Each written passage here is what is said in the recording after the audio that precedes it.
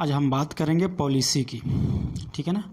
Policy जो है बहुत ही इम्पोर्टेंट चीज़ है किसी भी ऑर्गेनाइजेशन के लिए और उसके एम्प्लॉय के लिए। It's important for organization as well as employs. तो चलिए हम डिस्कस करते हैं कि आखिर पॉलिसी है क्या। ठीक है ना। तो specifically we are talking about the HR policy. Okay, HR policy, human resource policy. Okay, human resource policy are established by a organization to support administrative functions, performance management, employee relations and resource planning।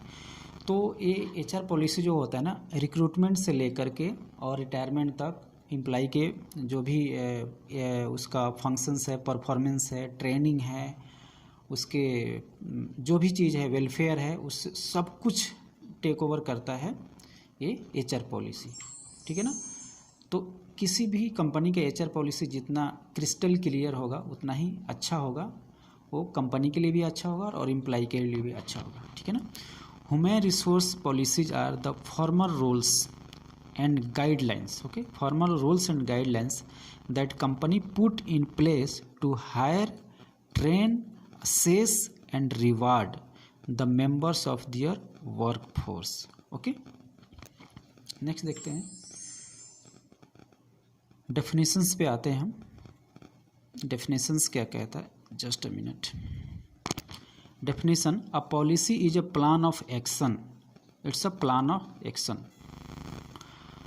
Organizations need to evolve HR policy as they ensure consistency and uniformity in treating people।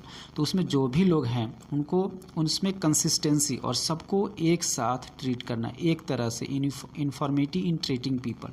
इसलिए policy ज़रूरी है। Policy become benchmark to compare and evaluate performance. तो किसी के भी performance को कैसे evaluate किया जाएगा, तो जब पॉलिसी आपके पास होगा तभी तो एक बेंचमार्क रहेगा। ठीक है ना, कि ये चीज़ें आपको करनी है। एक एम्प्लॉय को ये चीज़ें करनी है, what to do and what not to do. ये कौन बताएगा, ये पॉलिसी बताएगा। Okay, they help motivate and build loyalty. A policy statement is very specific and commits the management to a definite course of action. Each company has a different set of circumstances and hence develops an individual set of human resource policy।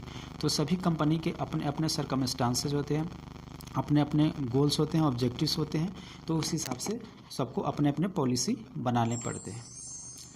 Okay, next है, HR policy provide an organization with a mechanism to manage risk by staying up to date with current trends in employment standards and legislation. तो ये देखिए, कोई भी policy है ना, ये हमेशा चेंज होते रहता है ना, as per the need of the organization, as per the need of the circumstances and environment. Okay, the policy must be framed in a manner that the company's vision in HR departments help the company to achieve it और work towards it. ठीक है ना।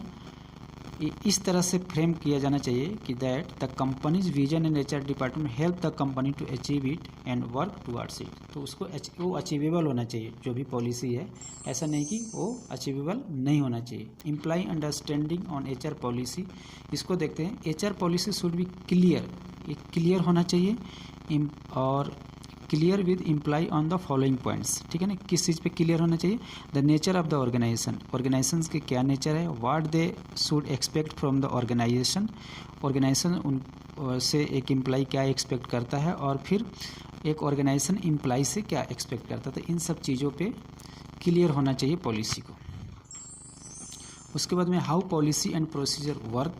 ठीक है ना, ये भी clear होना चाहिए। What is acceptable and unacceptable behaviour. तो किसी भी ऑर्गेनाइजेशन के लिए कुछ बिहेवियर्स होते हैं, कुछ नॉर्म्स होते हैं, तो वो भी क्लियर कट होना चाहिए। The consequences of unacceptable behaviour, अगर बिहेवियर भी जो है ना, उसके भी अगर आपने अनएक्सेप्टेबल बिहेवियर कोई है तो उसके कंसिक्वेंसेज भी होने चाहिए। उसके बाद में the establishment of policy helps organization in proving that they meet the requirements for diversity. Okay, the establishment of policy helps organization in proving that they meet the requirements for diversity. Diversity के requirement को meet करना है, ethics and training as well as its commitments. तो ये भी most important है, commitments in relation to regulation and corporate governance. Okay, तो इसको ध्यान में रखना है. उसके बाद में है एग्जाम्पल के तौर पे देखते हैं, in order to dismiss an employ in accordance with employment law regulation it will be necessary to meet provisions within employment contracts and collective bargaining agreement. Okay, उसके बाद में the establishment of an HR policy which sets out obligations standards of behaviour and document disciplinary procedures. तो जो भी HR policy है इसमें क्या क्या होते हैं, ऑब्लिगेशंस होते हैं, स्टैंडर्ड ऑफ बिहेवियर होते हैं और डिसिप्लिनरी प्रोसीजर्स होते हैं. Is now the standard approach in meeting these obligations. Okay, next देखते हैं, HR policy are also helpful in supporting and building the organization culture. तो कैसा किसी ऑर्गेनाइजेशन का कल्चर होना चाहिए ये पॉलिसी पे डिपेंड करता है. ठीक है ना. जैसे for example recruitment and retention policy outline the way the organization values a flexible workforce. Compensation policy might support this by offering a 48-52 मतलब कि pay options where employees can take an extra 4 weeks holiday per year and receive less pay across the year. Okay, तो अलग अलग policy है. कोई बोलता है कि ठीक है हम आपको 2 महीने की छुट्टी देंगे लेकिन हम उस छुट्टी का पेमेंट भी करेंगे. ठीक है ना. कोई बोलता है कि नहीं आप if you are taking leave we will not pay. तो अलग अलग चीज़ें होती है सभी ऑर्गेनाइजेशंस के. ठीक है ना. तो इस तरह से और कई लोग जो है कि LTC भी प्रोवाइड कराते हैं. ठीक है ना. कई कंपनी ऐसा है कि अपने एम्प्लॉय के लिए हॉलीडे अरेंज भी करती है ना. फॉरेन में भी हॉलीडे अरेंज करती है. तो फिर वो ऑर्गेनाइजेशन के ऊपर डिपेंड करता है कि वो किस तरह से ये सब चीज़ें बनाती है. तो कुल मिला के करके जो पॉलिसी है बहुत ही इम्पोर्टेंट है. ठीक है ना. ऑर्गेनाइजेशन के लिए भी इम्पोर्टेंट है और एम्प्लॉय के लिए भी इम्पोर्टेंट है. और कोई भी पॉलिसी है वो क्लियर कट होना चाहिए, अंडरस्टैंडेबल होना चाहिए. ठीक है ना. और अचीवेबल होना चाहिए. Thanks for watching. Thank you very much.